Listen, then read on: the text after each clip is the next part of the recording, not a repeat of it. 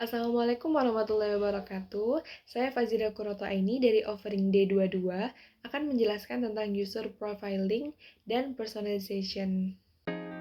Jadi, yang pertama ada recommending personalization atau personalisasi adalah proses menambah nilai pada produk atau layanan dengan menargetkan konten secara individual untuk pengguna tertentu. Personalisasi telah diterapkan pada berbagai industri seperti penjualan, periklanan, pariwisata, otomotif, dan asuransi.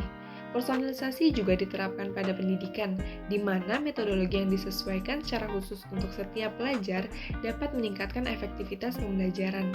Beberapa lembaga pendidikan telah menerapkan teknik personalisasi dalam kursus e-learning dengan memberikan umpan balik dan panduan pendidikan pribadi yang disesuaikan berdasarkan kinerja peserta didik sebelumnya. Yang kedua, ada capturing user interest atau sistem cerdas. Sistem cerdas menstimulasikan perilaku manusia dan tindakan yang biasanya dilakukan oleh manusia, sehingga membuatnya cerdas dan istimewa. Menangkap minat pengguna secara eksplisit dapat membantu mengatasi masalah cold start, tetapi mungkin tidak cukup untuk mengikuti perubahan minat pengguna seiring waktu. Solusi yang mungkin adalah menangkap minat pengguna secara eksplisit terlebih dahulu untuk mengatasi masalah cold start dan kemudian secara eksplisit menangkap minat pengguna seiring waktu. Banyak upaya telah dilakukan untuk menggambarkan metodologi yang berbeda menggunakan berbagai teknik, tetapi hasilnya bervariasi karena faktor manusia yang selalu menjadi variabel yang tidak diketahui. Nah, yang ketiga ada learner profiling. Profil pelajar yang dinamis dan dapat dikembangkan memungkinkan personalisasi pembelajaran dan pengelompokan siswa yang berpikiran sama.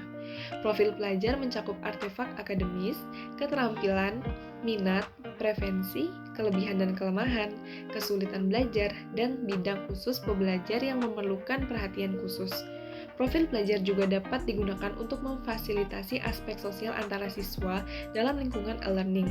Profil pelajar dapat digunakan oleh pendidik untuk menyesuaikan metodologi pengajaran mereka dengan kebutuhan peserta didik yang berbeda-beda. Profil pelajar juga dapat meningkatkan motivasi siswa dan keterlibatan mereka dalam pembelajaran. Yang terakhir ada educational recommender. Rekomendasi pendidikan dipersonalisasikan telah ada sejak tahun 1960-an dan 70-an, namun belum sempurna pada saat AI masih dalam tahap awal. Hipermedia pendidikan adaptif adalah sistem yang berkembang pesat dan terdiri dari 4 bagian, yaitu basis atau ruang pengetahuan, algoritma, pemberi rekomendasi, mekanisme adaptasi, dan model pengguna. Sistem pemberi rekomendasi berpotensi menggunakan silabus mata pelajaran yang mencakup semua hal dalam basis pengetahuannya yang akan dipilih oleh mekanisme adaptasi.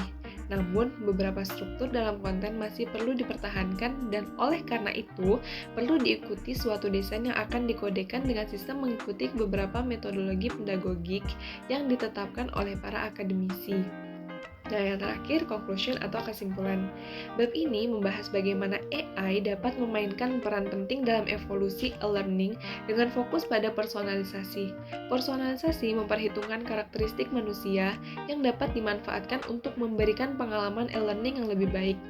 Profil pembelajar yang dikaji secara rinci merupakan komponen penting ketiga dari mekanisme adaptasi.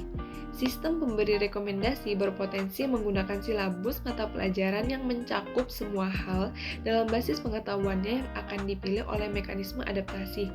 Namun, beberapa struktur dalam konten masih perlu dipertahankan, dan oleh karena itu perlu diikuti suatu desain yang akan dikodekan dengan sistem mengikuti beberapa metodologi pedagogik yang ditetapkan oleh para akademisi yang menguatkan.